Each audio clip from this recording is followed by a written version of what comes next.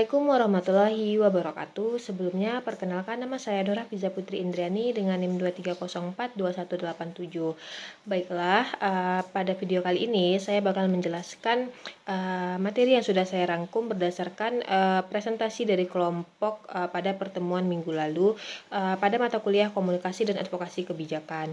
Baiklah, materi yang pertama yaitu mengenai teknik komunikasi.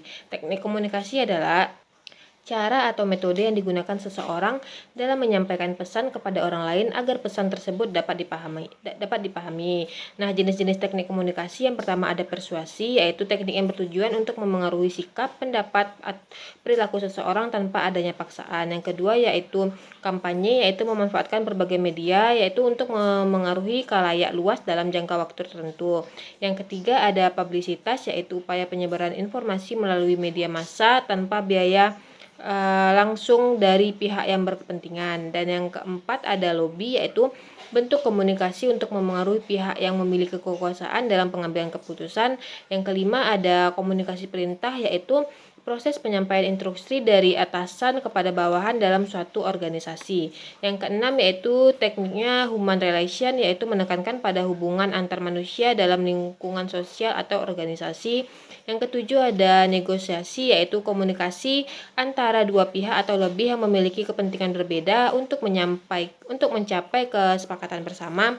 Yang ke-8 ada diplomasi, yaitu digunakan dalam hubungan resmi, yaitu untuk menjaga kepentingan dan hubungan baik. Yang ke-9 ada komunikasi online, yaitu proses pertukaran informasi melalui media digital.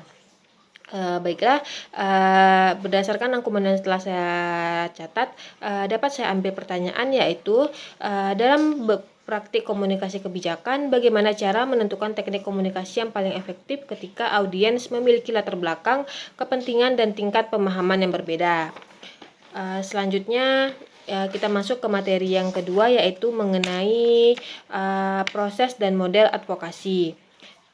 Yang pertama yaitu analisis. Otak itu adalah dari seluruh proses edukasi. Analisis melampaui sekedar mengidentifikasi masalah dan mengungkap akar permasalahannya secara struktural. Sedangkan strategi yaitu seni mengubah temuan analitis menjadi tindakan konkret dan terarah, yaitu yang pertama ada strategi advokasi langsung, yaitu contohnya lobby, negosiasi. Yang kedua yaitu strategi advokasi tidak langsung, contohnya yaitu seperti kampanye publik. Dan yang ketiga yaitu strategi kolaboratif. Nah, yang ketiga prosesnya yaitu mobilisasi, yaitu konsep atau sosiologis atau fisik yang menggambarkan perpindahan atau pergerakan atau perubahan posisi.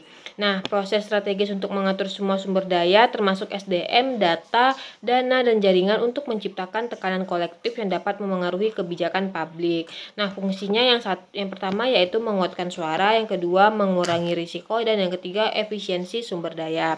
Nah, yang keempat yaitu aksi, yaitu perwujudan nyata dari rencana advokasi. Bentuknya satu jalur litigasi dan yang kedua jalur non litigasi. Nah, yang kelima yaitu evaluasi, adalah untuk menilai keberhasilan, efektivitas, dan dampak kegiatan advokasi baik dari proses, hasil maupun dampak jangka panjang. Dan yang keenam yaitu kesinambungan, yaitu advokasi adalah proses yang keberlanjutan.